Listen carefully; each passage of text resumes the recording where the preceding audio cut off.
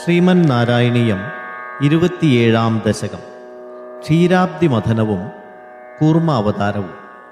ദുർവാസുസുരവനിതാപ്ത ദിവ്യമാല്യം ശക്രായ സ്വയമുപദായ തത്ര ഭൂയ നാഗേന്ദ്രപ്രതിമൃതിദേശശാപശക്രം കാക്ഷാന്തിസ്ത്വദിതരദേവതാംശജാനാം ശാപേന പ്രതിതചരേധ നിർജരേന്ദ്രേ ദേവേഷ്വപ്യസുരജിതേഷു നിഷ്പ്രഭേഷു സർവാദ്യ കമലജമേത്യ സർവദേവാ നിർവാണപ്രഭവസമം ഭവന്തമാപുഃ.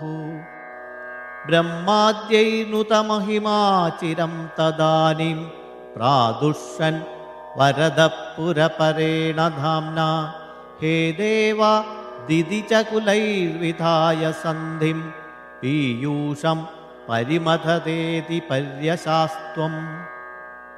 സംധാനം കൃതവദിത്താനവൈസുരൗഘേ മന്ധാനം നയതി മദേന മന്ദരാദ്രിം ഭ്രഷ്ടേസ്മിൻ ബദരമിവോദ്വഹൻ ഖഗേന്ദ്രേ സദ്യസ്ത്വം വിനിഹിതവാൻ പയപയോധൗ.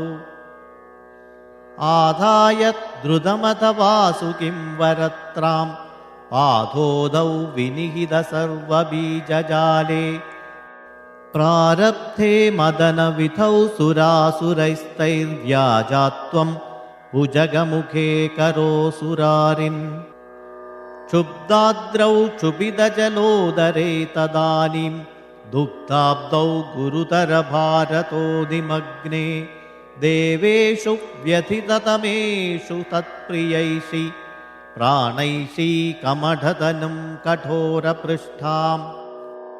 വജ്രാദിസ്ഥിരതരകർപ്പരേണ വിഷ്ണോ വിസ്താരാത് പരിഗതലക്ഷയോജനേന അംബോദേ കുഹരഗതേന വഷ്മണാത്വം നിർമഗ്നം ക്ഷിതിധരനാഥമുന്നിനേധ.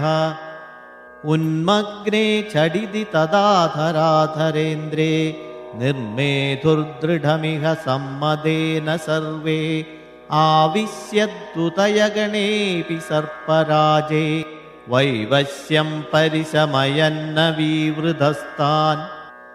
ഉദ്ധാമ ഭ്രമണജവോ നമദ്ഗിരീന്ദ്രന്നശ്ചൈകസ്ഥിരതരഹസ്തപങ്കജം ത്വാം അഭ്രാന്തേ വിധിഗിരിശാദയ പ്രമോദാദുദ്ഭ്രാന്താ നുനുവുരുപാത്തപുഷ്പവർഷാഃ.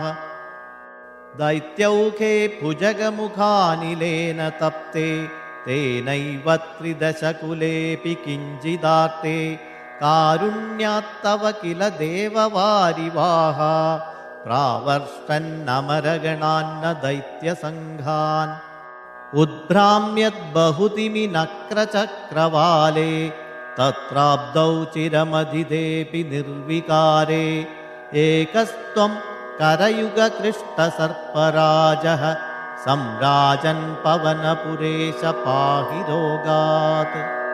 ഓം നമോ ഭഗവതേ വാസുദേവായ.